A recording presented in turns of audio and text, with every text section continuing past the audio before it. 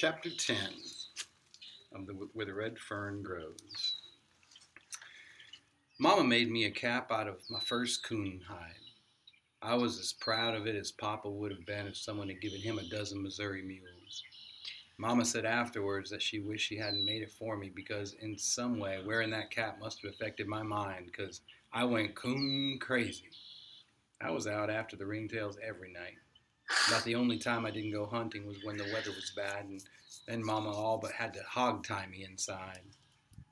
What wonderful nights they were, running like a deer through the thick timber of the bottoms, tearing my way through the stands of wild cane, climbing over drifts and jumping logs, running, screaming, and yelling, "Woo-wee! Get 'em, boy, get 'em!" following the voices of my little hounds. It wasn't too hard for a smart old coon to fool old Dan, though. But there were none that prowled the riverbanks that could fool my little Ann. As Grandpa had predicted, the price of coonskins jumped sky high. A good-sized hide was worth more than $4 to $10, depending on the grade and the quality of it. I kept the side of our smokehouse plastered with hides. Of course, I would spread them out a little to cover more space. I always stretched them on the side facing the road, never on the back side. I wanted everyone in the country to see them. The money earned from my furs was turned over to my father. I didn't care about it. I had what I wanted. I had my dogs. I suppose the pop was saving it for something because I never saw anything new turn up around the house. But like any little boy, I wasn't bothered by it, and I asked no questions. My whole life was wrapped up in my dogs. Everywhere I went, they went along. There was only one place I didn't take them to go with me, and that was to Grandpa's store. Other dogs were always there, and it seemed as if they all wanted to jump on old Dan. It got so about the only time I went to see my grandfather was when I had a bundle of fur to take to the store. This was always a problem. In every way I could, I would try to slip away from my dogs. Sometimes I swore that they could read my mind. It made no difference what I tried. I couldn't fool them. One time I was sure I had outsmarted them. The day before I was to make one of my trips, I took my furs out to the barn and hid them. The next morning I hung around the house for a while and then nonchalantly whistled my way out to the barn. I climbed up in the loft and peeked through a crack. I could see them lying in the front of their doghouse. They weren't even looking my way. Taking my furs, I sneaked out through the back door and walking like a tomcat, I made it to the timber. I climbed a small dogwood tree and looked back. They were still there and didn't seem to even know what I'd done. Feeling just as smart as Sherlock Holmes, I headed for the store. I was walking along singing my lungs out when they came tearing out under the underbrush, wiggling and twisting and tickled to death to be with me. At first I was mad, but one look at the dancing little lamb and all was forgiven. I sat down on my bundle of fur and laughed till I heard all over. I could yell at him a little, but I could no more have whipped one of my dogs than I could have kissed a girl. After all, a boy just doesn't whip his dogs. Grandpa always counted my furs carefully and marked something down on a piece of paper. I'd never seen him do this with any of the other hunters, and it got the best of my curiosity. One day, while he was writing, I asked him, "Why do you do that, Grandpa?" He looked over at me, over his glasses, and said, kind of sharp, "Never mind, I have my reasons."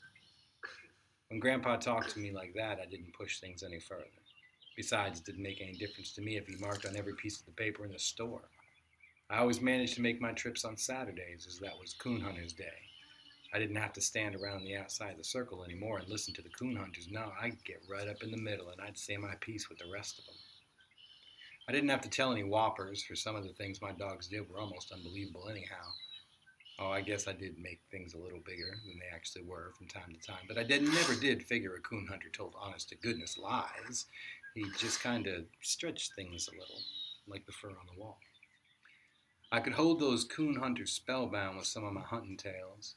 Grandpa would never say anything while I was telling my stories. He just puttered around the store with a silly little grin on his face. Once in a while, when I got too far off the beaten path, he'd come around and cram a bar of soap in my pocket. My face would get all red. I'd cut my short story short, fly out the door, and head for home. The coon hunters were always kidding me about my dogs. Some of the remarks I heard made me fighting mad. I never saw hounds so small, but I guess they are hounds. At least they look like it. I don't believe little Ann's half as smart as she says she is. She's so little those coons think she's a rabbit. I bet she sneaks right up on him before they realize she's even a dog. Some of these nights, a big old coon's going to carry her off to his den and raise some little coon puppies. I always took their kidding with a smile on my face, but it made my blood boil like water in Mama's tea kettle. I had one way of shutting them up. Let's go and I'll go in the store, I'd say, and see who has the most hides in there. It was true that my dogs were small, especially Little Ann. She could walk under an ordinary hound. In fact, she was a regular midget. If it had not been for her long years, no one could have told her that she was a hound. Her actions weren't those of a hunting hound. She was constantly playing. She'd play with our chickens and young calves. She'd play with a piece of paper or a corn cob. What my little girl lacked in size, she made up for in sweetness. She could make friends with a tomcat. Old Dan was just the opposite. He strutted around with a belligerent and tough attitude. Although he wasn't a tall dog, he was heavy. His body was long and his chest broad and thick. His legs were short, big, and solid. The muscles in his body were hard and knotty. When he walked, they would twist and jerk under his skin. He was a friendly dog. There were no strangers to him. He loved everyone, yet he was a strange dog. He would not hunt with another hound, only Little Ann, or another hunter, not even my father. The strangest thing about old Dan was that he would not hunt even with me unless Little Ann was with him. I found this out the first night I tried it. Little Ann had cut the pad of her right foot on a sharp, jagged flint rock. It was a nasty cut. I made a little boot of leather and put it on her wounded foot. To keep her from following me, I locked her in her corn crib. 2 nights later, I decided to take old Dan hunting for a while. He followed me down to the river bottom and disappeared in the thick timber. I waited and waited for him to strike a trail, but nothing happened. After about 2 hours, I called to him. He didn't come. I called and called. Disgusted, I gave up and went home. Come up through the barn lot, I saw him rolled up in a ball on the ground in front of that corn crib. I immediately understood. I walked over, opened the door. He jumped up in the crib, smelled Little Ann's foot, twisted around in the shucks, and lay down right there beside her. As he looked up at me, I read this message in his friendly gray eyes. He could have done this a long time ago. I never did know if Little Ann would hunt by herself or not. I'm sure she would have. She was a smart, understanding dog, but I never tried to find out. Little Ann was my sister's pet. They rubbed and scratched and petted her. They would take her down to the creek and give her baths. Oh, she loved it all. If Mom wanted a chicken caught, she'd call Little Ann. She'd run the chicken down and hold it with her paws until Mama came. Not one feather would be harmed. Mama tried old Dan once before she got the chicken. There wasn't much left but the feathers. By some strange twist of nature, Little Ann was destined to go through life without being a mother. Perhaps it was because of stunted growth, or maybe because she was the runt in a large litter. That may have had something to do with it. During the fur season, November through February, I was given complete freedom from work. Many times when I came home, the sun was high in the sky. After each hunt, I always took care of my dogs. The flint rocks and sawbriars were hard on their feet, and with a bottle of peroxide and a can of salve, I could doctor their wounds. I never knew what to expect from old Dan. I never saw a coonhound so determined or one that could get into so many predicaments. More than one time, it would have been the death of him if it hadn't been for smart Little Ann. One night, not long after I'd entered the bottoms, my dog struck the trail of an old boar coon. He was a smart old fellow and had a sack full of tricks. He crossed the river time after time, finally swimming to the middle and staying in the swift current. He swam downstream. Knowing he would have to come out somewhere, my dogs split up. Old Dan took the right side, Little Ann worked the other side. I came out of the bottom onto a gravel bar and stood and watched them in the moonlight. Little Ann worked downriver and then she came up. I saw her when she passed me going up the bank, sniffing and searching for the trail. She came back to me. I patted her head, scratched her ears, and talked to her. She kept staring across the river to where old Dan was searching for that trail. She waded in and swam across to help him. I knew that the coon had not come out of the river on her side. If he had, she would have found the trail. I walked up to a riffle, pulled off my shoes, and waded across. My dogs worked the riverbanks up and down. They circled far out into the bottoms.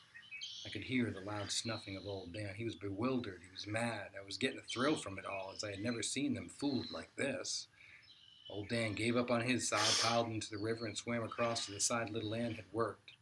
I knew it was useless for him to do that. And I was on the point of giving up. calling them to me and going somewhere else to hunt when I heard the bawl of little Ann. I couldn't believe what I heard. She was bawling on a trail. She was sounding the tree bark. I hurried down the bank, and there was a loud splash. I saw old Dan swimming back. By this time, little Ann was really singing a song. In the bright moonlight, I could see Dan clearly. His powerful front legs were churning the water. And then I saw a sight that makes a hunter's heart swell with pride. Still swimming, old Dan raised his head high out of the water and bawled. He couldn't wait until he reached the bank to tell little Ann he was coming from far out in the river. He told her. Reaching the shallows, he plowed out of the river and into a sandbar. Not even taking time to shake the water from his body again, he raised his head and bawled and tore out down that bank. In a trot, I followed, whooping to them to let them know I was coming. Before I reached the tree, old Dan's voice was making the timber shake. The tree was a large birch standing right in the bank of the river. The swift current had eaten away at the footing, causing it to lean. The lower branches of the tree dangled in the water. I saw how smart the old coon had pulled his trick. Coming in, he caught the dangling limbs and climbed up. Exhausted from the long swim, he stayed there in the birch, thinking he had outsmarted my dogs. I couldn't understand how little Ann had found him. It was impossible to follow the tree toward the bottoms. It was too much off balance. So I did the best thing I knew. I cut a long elder switch, unbuckling one of my suspenders. I tied it to the end, and I climbed that tree. The coon was sitting in a fork on a limb. Taking my switch, I whopped him with a good one. Out he came. He sailed out over the river with a loud splash. He hit the water and swam for the other side. My dogs jumped off the bank after him. They were no match against his expert swimming. On reaching the other bank, he ran downriver. Climbing down out of the tree, I picked up my axe and lantern and trotted down to another riffle and waded across. I could tell by the bawling of my dogs they were close to the coon. He would have to climb a tree or be caught on the ground. All at once, their voices stopped. I stood still and waited for them to bawl treed. Nothing happened. Thinking the coon had taken to the river again, I waited to give him time to reach the opposite bank. I waited, and I waited. Couldn't hear anything. By then, I knew he had not crossed over. I thought perhaps they had caught him on the ground.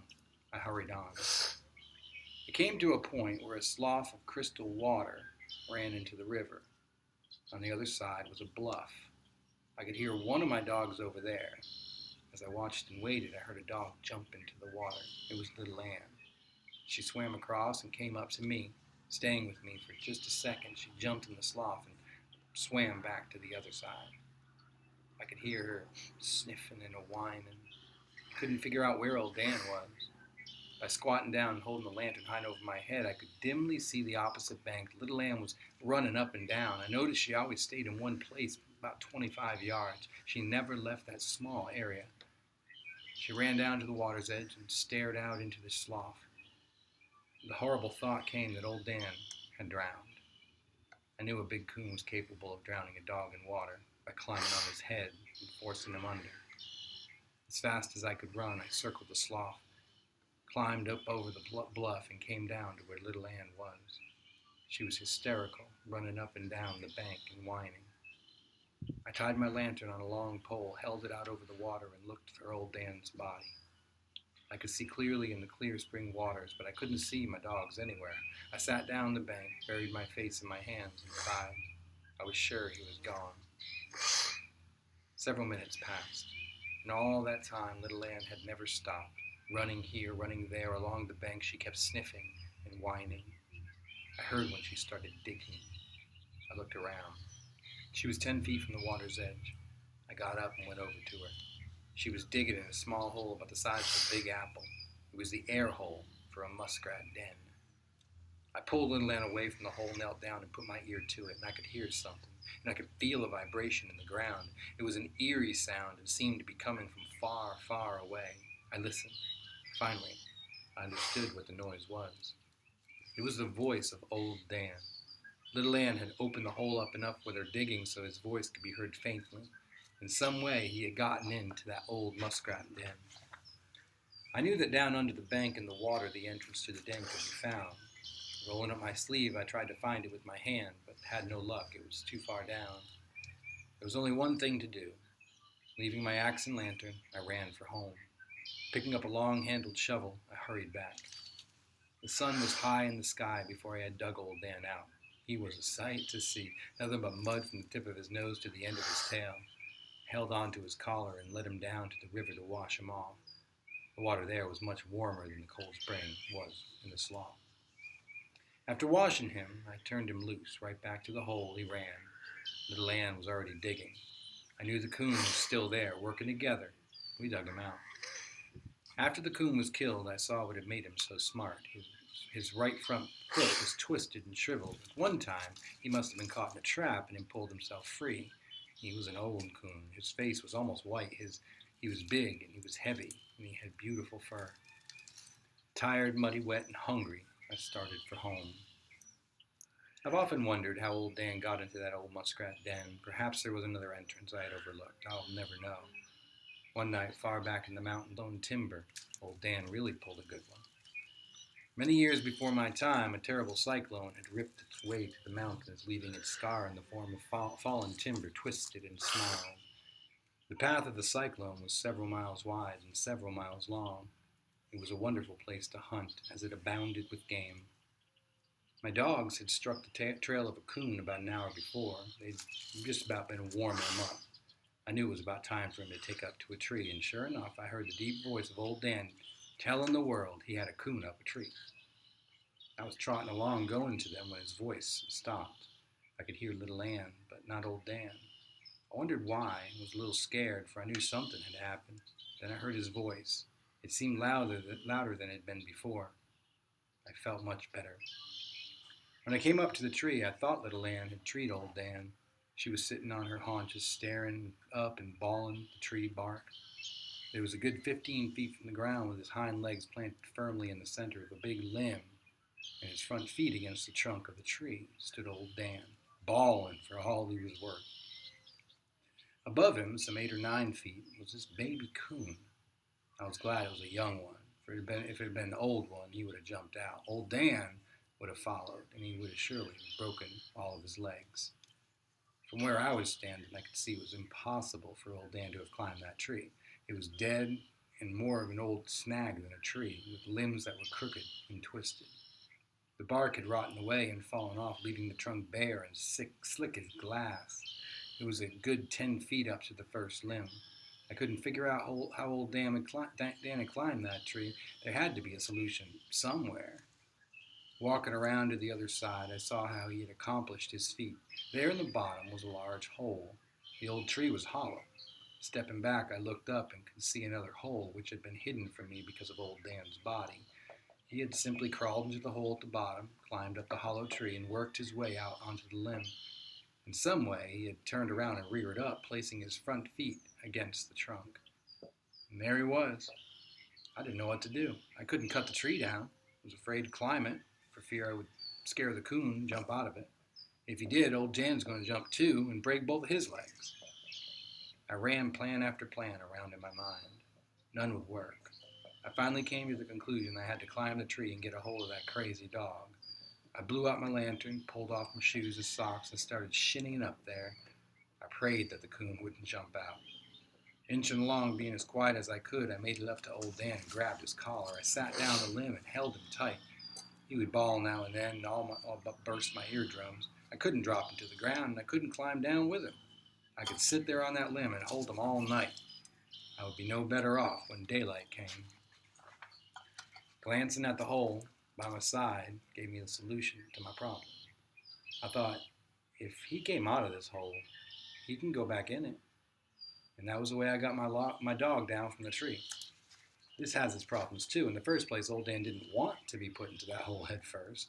By scolding, pushing, shoving, and squeezing, I finally got him started on his way. And like a fool, I sat there on the limb waiting to see if he'd come out the bottom, and come out he did. Turning around, bawling as he did, right back into the hole he went. There was nothing I could do but sit and wait. I understood why his voice had stopped for a while. He just took time out to climb a tree. Putting my ear to the hole, I could hear him coming. Grunting and clawing up, he came. I helped him out of the hole, turned him around, and crammed him back in. This time I wasn't too gentle with my work. I was tired of sitting on a limb, and my bare feet were getting cold. I started down the same time he did. He beat me down, looking over my shoulder. I saw him turn around and head back for the hole. I wasn't far from the ground, so I let go. The flint rocks didn't feel too good to my feet when I landed. I jumped to the hole just in time to see the tip of his long tail disappear and back into it. I grabbed it. Holding on with one hand, I worked his legs down with my other and pulled him out. I stopped his tree climbing by cramming rocks and chunks into the hole. How the coon stayed in the tree, I shall never know. But stay he did. With a well-aimed rock, I scared him out. Old Dan satisfied his lust to kill. I started for home. I'd had all the hunting I wanted for that night. Chapter 10.